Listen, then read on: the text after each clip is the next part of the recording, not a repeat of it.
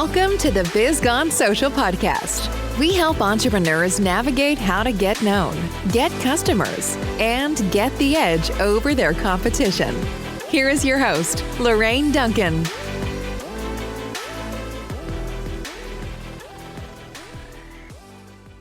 So here we are on the Biz Gone Social podcast, and I'm so glad to be here. And my promise to you, as always, is I want to give you a little bit of verbal caffeine that's going to energize your business and help you stay social. Because after all, don't you want to be the business that everyone's talking about? I know I do.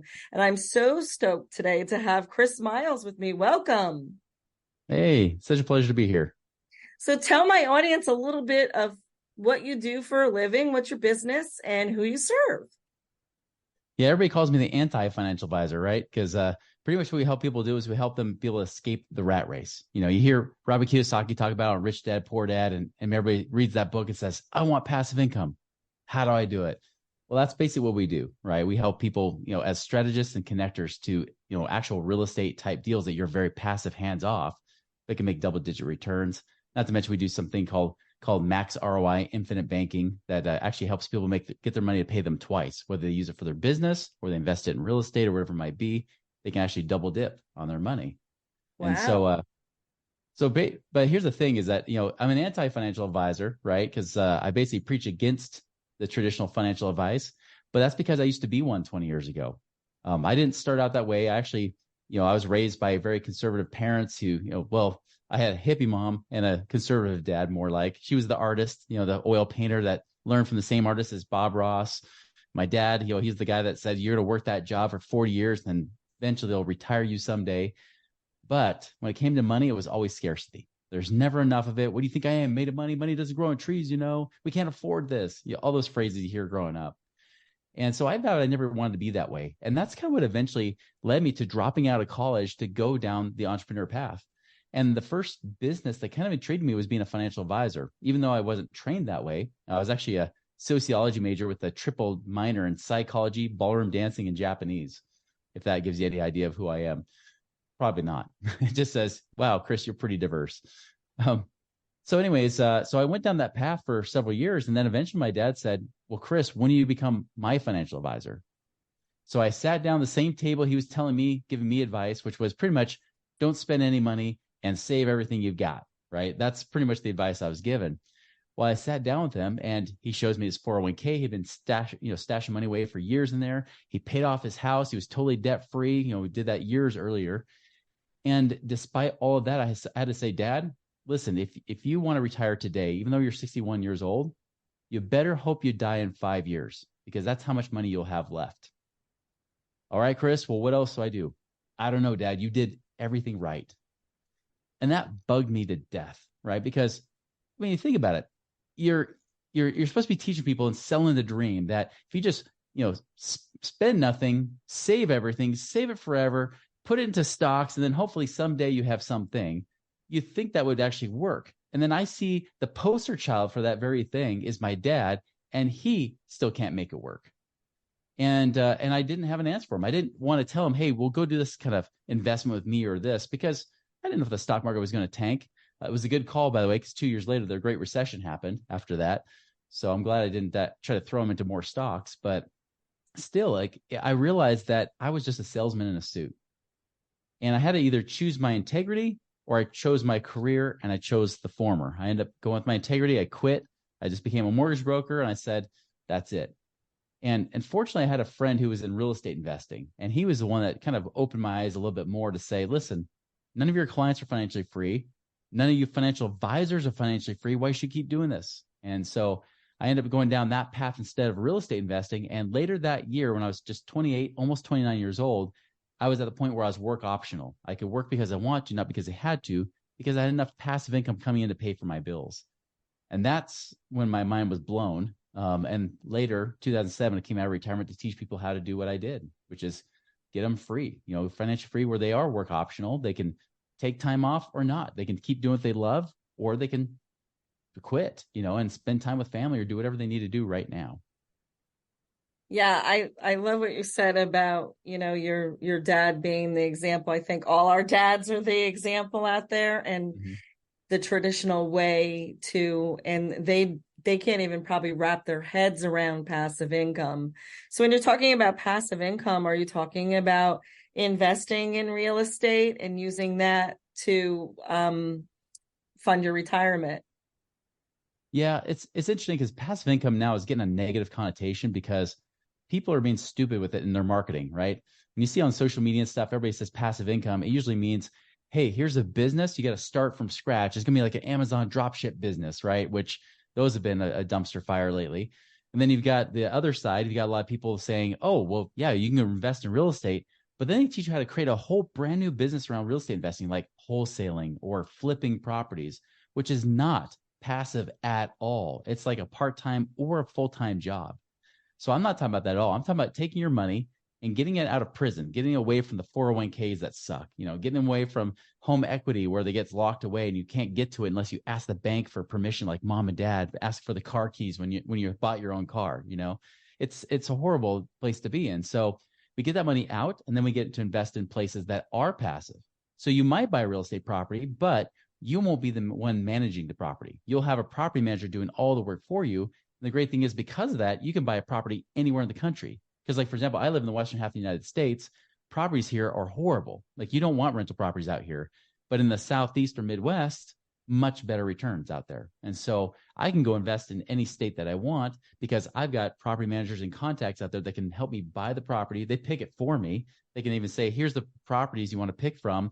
Here's the amount of money you'll make in rent. Which one do you want? Right? I love that. And that's the most active I'll ever be. The other ones I do passively, I can invest in things like I can pull money together with other people, like other people going in to buy an apartment building, or we can go in to buy an oil and gas, which has been really good lately. We can go into things like self-storage. We can go into things, heck, I even have a partnership where I have guys that are 30% partners doing all the work, but they're actually ones buying and selling raw land that we then turn around and sell to other people at a higher price, and they pay me like the bank.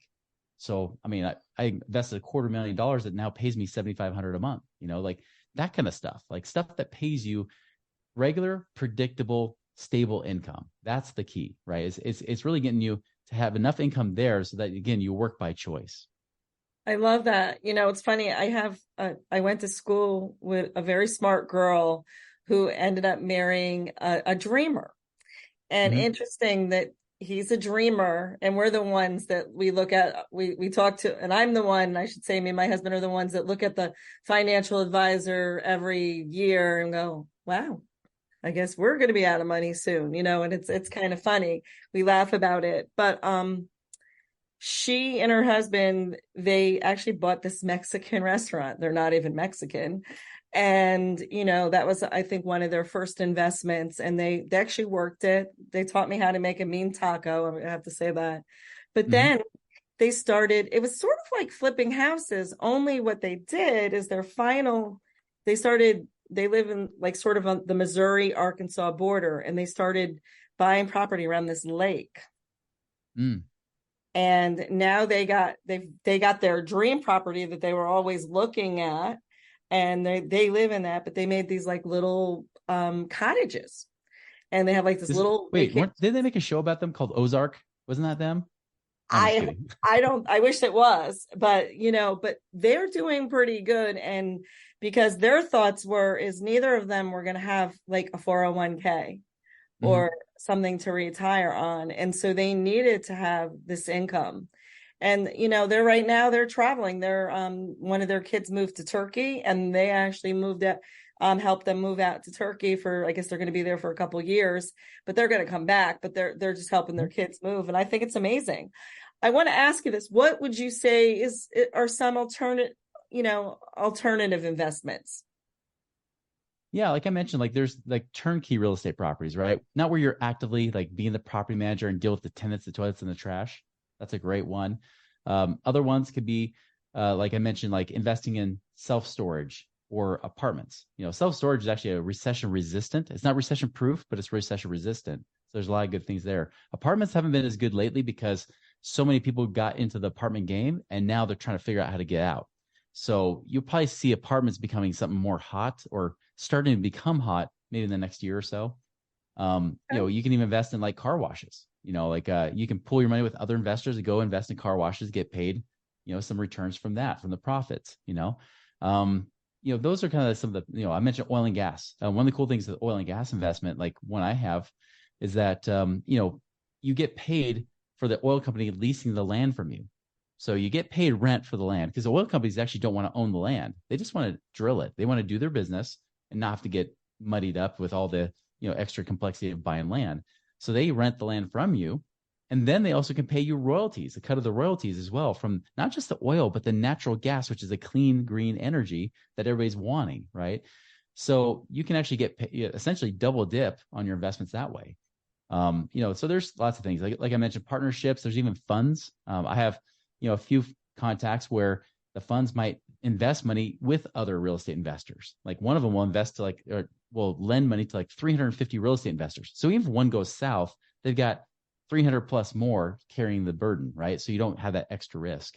I'll even loan money to people individually because there are people that, especially in the real estate space, they'll pay you double-digit returns, 10, 12, 15% for you to lend money to them. So they have to deal with the banks because the banks suck, to be honest. Yeah. Right? Interesting. So there's so many ways to do it. And these are all things that financial advisors will never offer you, not to mention if they happen to know about it, which most of them don't because I didn't even know about that world. If they even know about it, they're scared of it because they know that you can make way more money with less risk doing these alternative investments versus putting it with Wall Street where you're gambling your money. The financial advisor has no control over it and you're just hoping that it works out. And financial advisors don't get paid commissions when you actually go and make money in other places. They only get paid on the things they can offer you. And that's the risky part with using a financial advisor. Very, very interesting. It's like I think it was 2 weeks ago, I talked to somebody who did Airbnb, fractional Airbnb.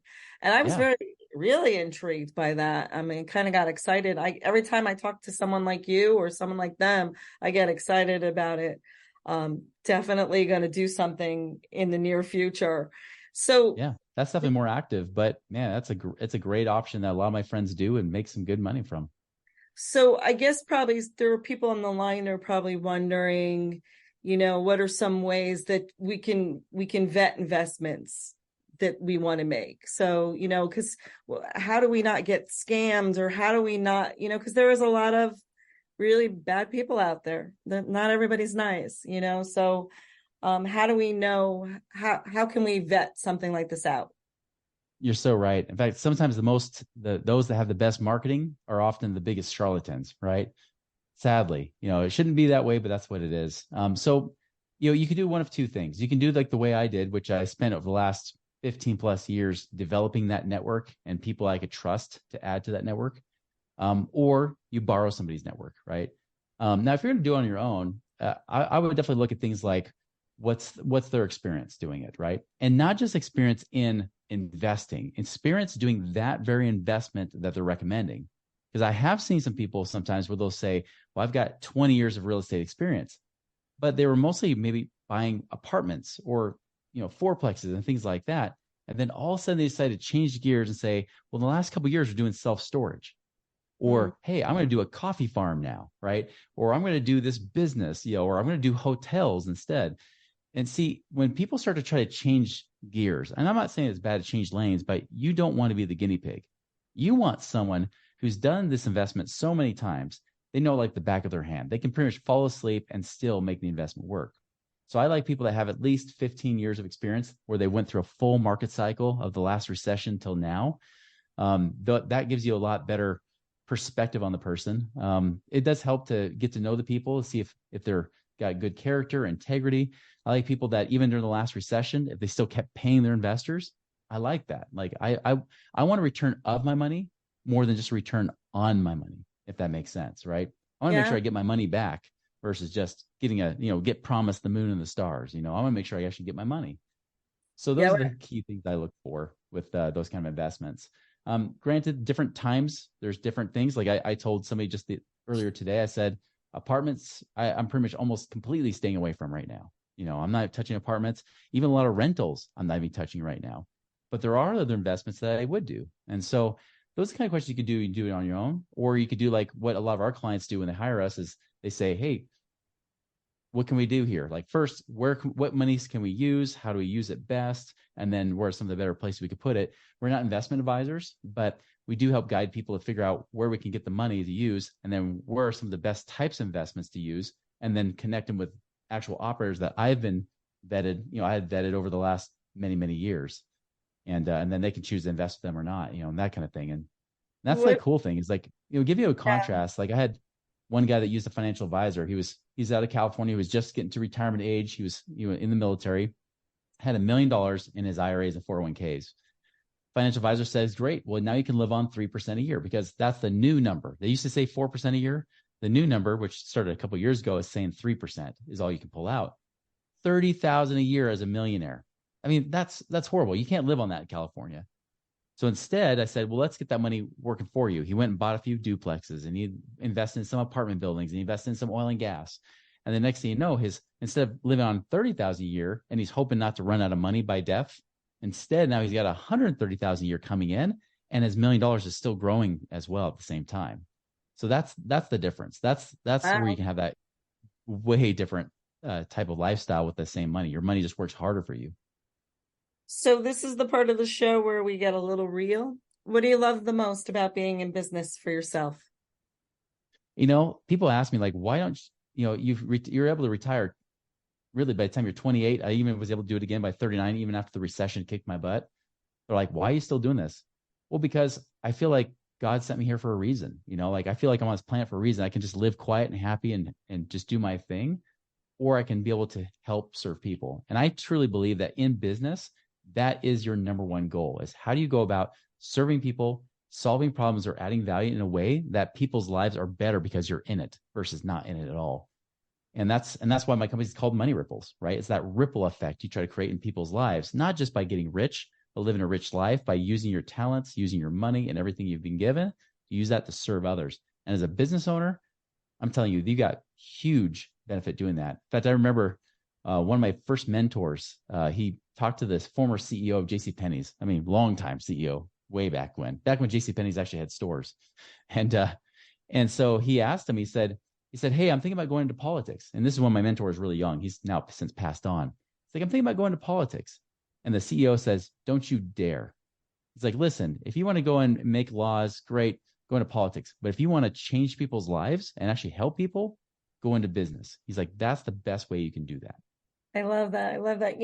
We all talk about the glamour of owning our own businesses, and our friends think we're pretty cool, but we both know that there are some challenges, especially in today's world. What would you say the biggest challenge that you have had in today's world?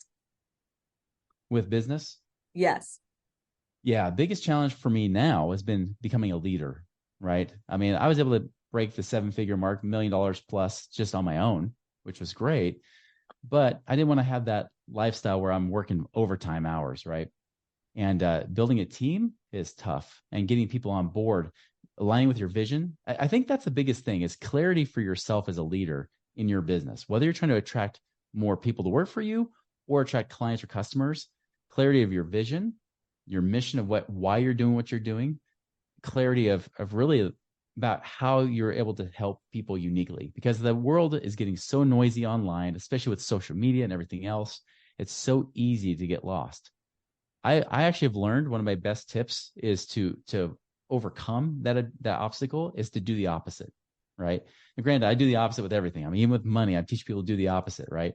But that's true with business too. Like when everybody's starting to go all AI, I'm telling them like, no, have a unique voice, like show emotion behind it, which was hard for me because I'm very kind of left-brained. I'm just kind of even keel kind of person, but to get really vulnerable and share my fears and insecurities along with those lessons that I learned to help me get to where I am today, that right there is something that AI can't replicate. They can't do it. Like that's something that comes from my heart. And that's something that I think really truly stands out if you want to stand out in business too. Absolutely. Yeah. And AI is kind of like a child. So it's going to give you the answer you want. You got to be really careful with that. So favorite book you've read for your business that may have helped you move forward? Yeah. I mean, if you're the person that says, I'm not paying myself, I recommend the book called Profit First by Mike Michalowicz. But I'll tell you, the one that really got me from barely like earning over 130, 150,000 a year to breaking over $1 million just a few years later was a book called The Pumpkin Plan. And The Pumpkin Plan talks about those prize-winning pumpkins, also by Mike Michalowicz. It talks about those prize-winning pumpkins. If you ever grow pumpkins, as they're starting to grow on the vine, you chop off the smallest one. So it just feeds that vine into that one big pumpkin. So that it gets all the nourishment and grows big. When I did that, my business was 2015 after I went through a divorce, which really sucked, right? It's a horrible emotional time. I could barely even work. I barely managed my own clients, let alone marketing. And what I ended up doing is when I started to look at what was not just my top 20% that made me 80% of my revenue, but I went one level deeper. I looked at the top 4% that gave me 96% of my revenue. Who are those clients? And I pictured that one particular couple, my very favorite clients. I focused on them. Even when I did interviews like this, I was on my own podcast, I would talk to them. And ironically, well, I shouldn't say it's ironic, but what should have happened as a result is, of course, those people started showing up more in my life. I started working less. I cut my hours by 1/5. So I went from 50 hours a week down to 10 hours a week while doubling my revenue next year, but quintupling my profit that following year just for that very reason. And so I definitely recommend that's a great book to get honed in and focus on what are your most productive activities in your business. That's awesome. Well, I want to just thank you for being such an awesome guest. And if somebody resonated with you or needs to get in touch with you, how would they do that? Yeah, you can follow me like on YouTube. We've got the Money Ripples podcast and as well as the Money Ripples channel. You can also go to our website, moneyripples.com. Great. Well, again, thank you for being the guest, and everyone out there, till next week, this is the Biz Gone Social Podcast. See you soon. Thanks for listening to the Biz Gone Social Podcast. Find us on Instagram at Biz Gone Social for extra tips. Check back weekly for new episodes. Until next time, stay social.